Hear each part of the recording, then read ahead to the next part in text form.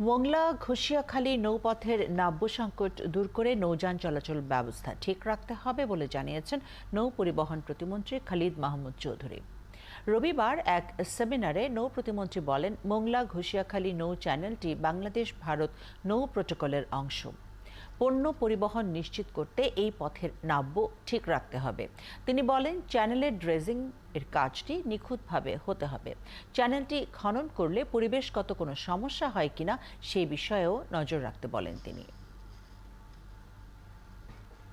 খুব আশাবাদী সোশ্যাল এবং এনভায়রনমেন্টাল যে ইম্প্যাক্ট আছে আমাদের সুন্দরবন সহ এখানে আমাদের ইকোনমিক্যাল যে বিষয়টা আছে সেটাও আমাদের দেখতে হবে।